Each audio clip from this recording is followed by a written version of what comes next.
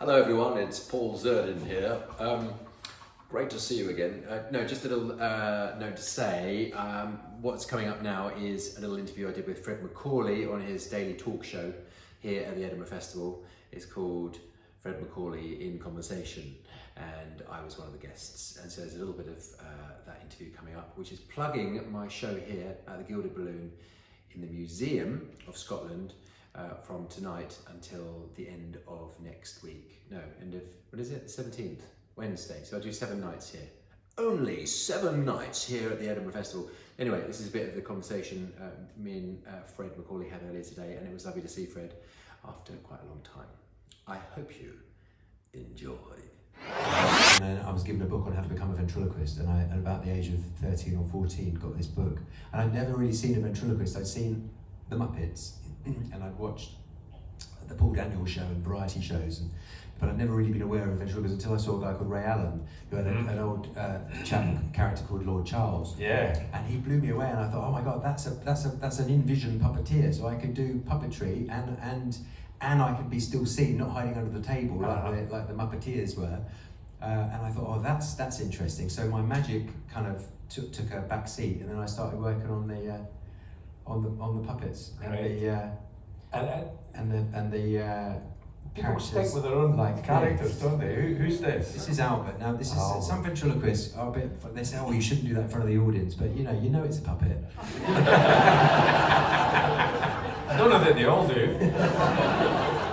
And this is Albert. This is Albert. Yes.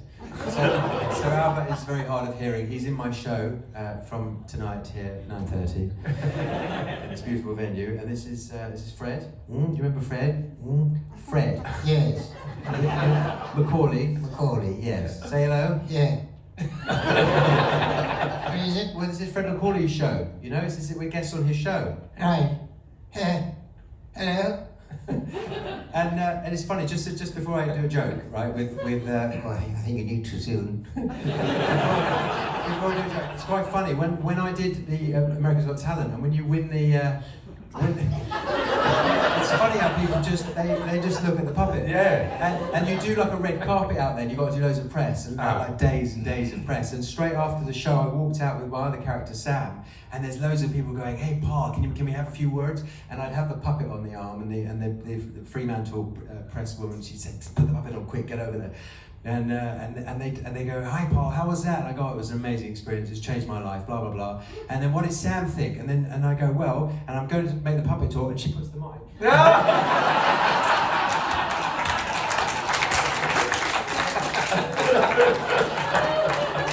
And every time I did interviews, that's what they'd happen when you're with the puppet. Where is it? We're in Edinburgh. You know, we start the show tonight. Really? Yeah. Okay. Well, we need to have a rehearsal. Obviously, Albert. You okay? Yeah. I was taking a little walk. Walk. Yeah. Yeah. You were? Yeah. Where is it? Mile. The Royal Mile. Yeah. Homeless person. Homeless person. Homeless person. Yeah. I gave them £5. Did you? Yeah. That's very good of you. You know what? What? This bloody woman saw. She saw? Yeah. What did she say? Well, she said, "What did you do that for?" She's only going to go and spend it on drugs. So you know what? What, I confronted him. Did you? Yeah. Good for you. What did you say? I said, "Where can you get drugs?"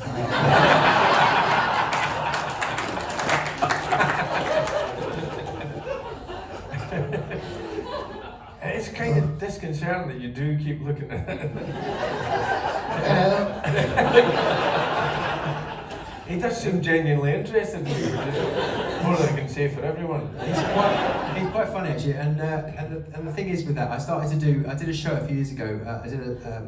I did a street vent show, and it was a street vent. So we were doing like undercover magic, or magicians doing pranks and stuff. And then there was a slot for something different. So I suggested we do ventriloquism, and so we did street vent. So I did things like I'd go into a restaurant, and we'd have hidden cameras everywhere. And then I'd go in and order, dinner for 2. I'd turn up at the door with the puppet, and the waiter would obviously, look at me like I was some complete idiot and nutcase, and he'd go, "Okay, hello, yes," and I'd say, "Table for 2, please," as if, "Yes, is there a problem?" And we sit down, and the thing was to see if they'd actually talk to the puppet, and they would talk to the puppet in the end. And we checked into a hotel, and then ordered room service, and then the guy comes up, delivers room service, and then they have a conversation, Albert and the waiter, when he's arguing, saying he ordered soup and not smoked salmon, and properly talking to the puppets, and I love that, and I started to do it on my YouTube channel now, on the Paul Zerdin YouTube channel, which you can subscribe to immediately after this show, and I'm doing pranks on it, like going to a drive-thru at Starbucks or whatever, and he pops up, and goes, hello, yes, I'll have a skinny cappuccino, please. And they'll talk to the puppet. Is it easy to, I mean, there you are without the puppet moving your lips, but is it easy to do the same voice when you're not moving your lips, or is it a different kind of thing? Yeah, it's harder because you're just you're doing the voices, but you can't move your mouth. You've got to try and keep it as still as possible. So there's moments in the show where the puppets are working and I'm off stage and they're radio controlled. And so when I'm not in vision, I can cheat. It's fine, but obviously you've got to make sure it sounds the same as when it, So when I do Albert's voice, hello, how are you? Yeah, oh, hello. And you have to make sure, hello, how are you? Hello, if I'm keep it the same. But it does take a long time to learn. I have to just do. I was doing the sound check earlier, this is my favourite thing to do when I'm doing a sound check. Make them think the microphone is out of sync. Hello. Oh man! Hello. Hello. Hello. Hello. Hello. Testing. 1, 2. Hello. It's not working.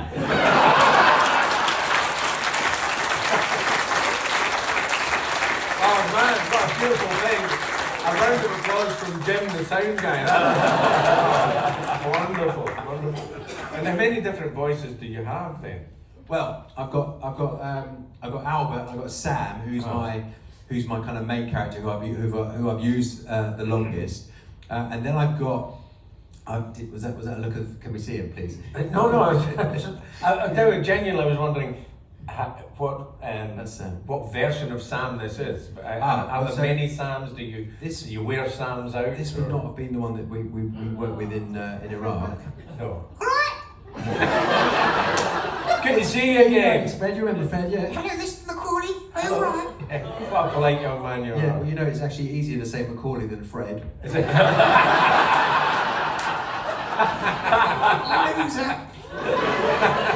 But if I'm just going to just make him sleep for a minute. Sorry. That's actually quite an easy voice to do, and I've been able to do that since I was a kid. That's like my kid voice, really. So it's kind of up here. It's like the traditional ventriloquist voice. It tends to be a higher voice than the ventriloquist. If it's a male ventriloquist, and Albert's voice is down there. That's the easiest voice for me to do. I don't know why. I think it's because it's slightly slurred. It's a bit crazy, and it's and he just kind of talks. He just talks nonsense. I've got a new character in the show who's a bodyguard, and I say when I won America's Got Talent, they gave me a bodyguard, and even though that was a while ago, he's still here. I can't get rid of him. He's American. He's paranoid.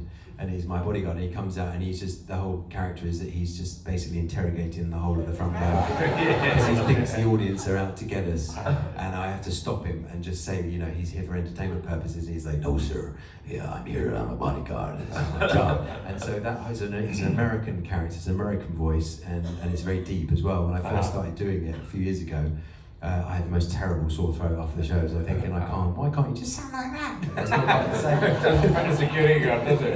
No. But you used to bring people up on stage and put the false jaw on them as well, which worked a treat out in Iraq, because you'd find maybe a sergeant or somebody that was a rank above the majority of the people in the room, and then their voice. Yeah, and they would also give you they give you information on this person, so you could then put in jokes that only they would know. It wasn't just sort of generic jokes, and so that would make it look like you really made an effort and you really take the piss out of them, and you saw what it was like. I mean, you used to say, what's your name? They go, Well, Robert, you fed them up like that, but what would you like to be called? And you go, Tracy! Yeah. Yeah, and it was just, it was very silly. That was my act. And I've been doing, actually, I've stopped doing it for this show because I've done it for so long now, and the ventriloquist, you know, the human dummy, the mask routine is very popular, and kind of it's in every ventriloquist act, and understandably, because it's such a great bit. So I stopped doing it, but just before I kind of retired it, I would have a male and female couple on stage, and then basically what would happen is they both got masks on and they start arguing, and he had a deep voice like that and she speaks like that. That's my attempt at a lady's voice, and then they tell me to get lost, and then they carry on talking without me, but I'm in the wing operating it, and then they start having a sort of marital argument, and I just tried to see what I could do with that whole idea of the human dummy, and I wouldn't be on stage, and then I'd get them to walk out around the audience, and it's almost like being a hypnotist in a way. You can get people to do, some ridiculous things. Obviously, things that they want to do. But things that they're happy to do. But so I've retired. So it's not in the show. If you come and see the show tonight at 9:30 until the 17th of August. But there's lots of other stuff, and there's lots of animatronic stuff in the show with puppets, working. And there's a bit where I have